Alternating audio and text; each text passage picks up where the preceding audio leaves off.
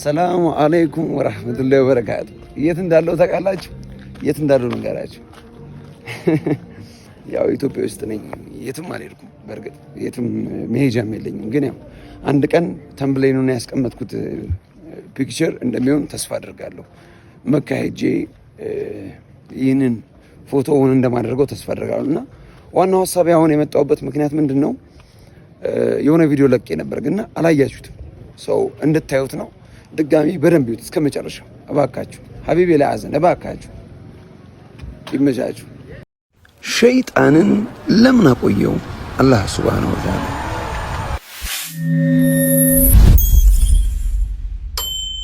ሰላም አለይኩም ወራህመቱላሂ ወበረካቱ። ሐይዋን እንዴት ናችሁ? ዛሬ ለምንድን ነው አላህ ሱብሓነሁ ወተዓላ ሸይጣንን እስከ መጨረሻው ያለጠፋው የሚለውን ሐሳብ እንወያይበታለን። ይህ ጥያቄ ጥልቅና ብዙ ጊዜ የሚጠይቅ ሃይማኖታዊ ጥያቄ ነው። አላህ ሱብሓነሁ ወተዓላ ሰይጣንን ወይም ኢብሊስን ከፈጣሪነት ትእዛዝ ውጭ ከሄደ በኋላ ለምን ወዲያውኑ አላጠፋው ወይም አላሰናበተውም ለሚለው ጥያቄ የእስልምና መምህራንና ሊቃውንት በመሰረቱ በሁለት ዋና ዋና ምክንያቶች ይመልሳሉ። አንደኛ፣ የሰው ልጅ የመምረጥ ነፃነት ወይም ፈተና። አላህ ሱብሓነሁ ወተዓላ ሰይጣንን ሕያው አድርጎ ማቆየቱ የዚህ ዓለም ዱንያ ዋና ፈተና ቴስቲንግ ግራውንድ መሆኑን ለማረጋገጥ ነው። አላህ ሰውን ወደ እርሱ በመጥራቱ ሰይጣንን ደግሞ ወደ ክህደትና ወደ ክፉ መንገድ በመጥራት ተፈታታኝ ሁኔታን ፈጥሯል። ሰው በአላህ ትእዛዝና በሰይጣን ፈተና መካከል በነፃነት እንዲመርጥ ዕድል ይሰጠዋል።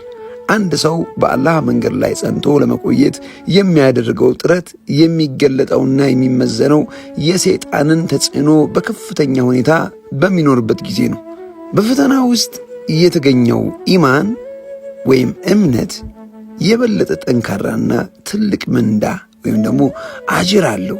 ሰይጣን ባይኖር ኖሮ ወደ መልካም ነገር መሄድ ግዴታ እንጂ ምርጫ አይሆንም ነበር ማለት ነው። ሁለተኛ፣ የአላህ ፍጹም ስልጣን አልሐኪም። ሰይጣንን ማቆየቱ የአላህን ፍጹም ስልጣንና ጥልቅ ጥበብ ወይም ደግሞ ሂክማ ያሳያል። አላህ ፈጣሪ እንደመሆኑ መጠን በፍጥረቱ ላይ የፈለገውን የማድረግ ፍጹም መብት አለው። የአላህ ውሳኔ ሁል ጊዜ ጥበብ ወይም ደግሞ ሐኪም የተሞላ ነው። ሰይጣን የአላህን ኃይል መቋቋም የማይችል ደካማ ፍጡር ነው። እርሱ የሚፈትነውም ሆነ የሚሠራው ነገር ሁሉ በአላህ ፍቃድና ዕውቀት ውስጥ ነው። ሰይጣን የአላህን ዓላማዎች ለማሳካት እንደ አንድ መሳሪያ ሆኖም ያገለግላል። የሙናፊቆች ወይም ግብዞች መለየት።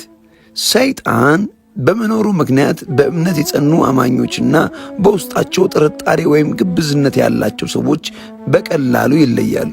ከቁርአን አንጻር እስቲ ልንገራችሁ።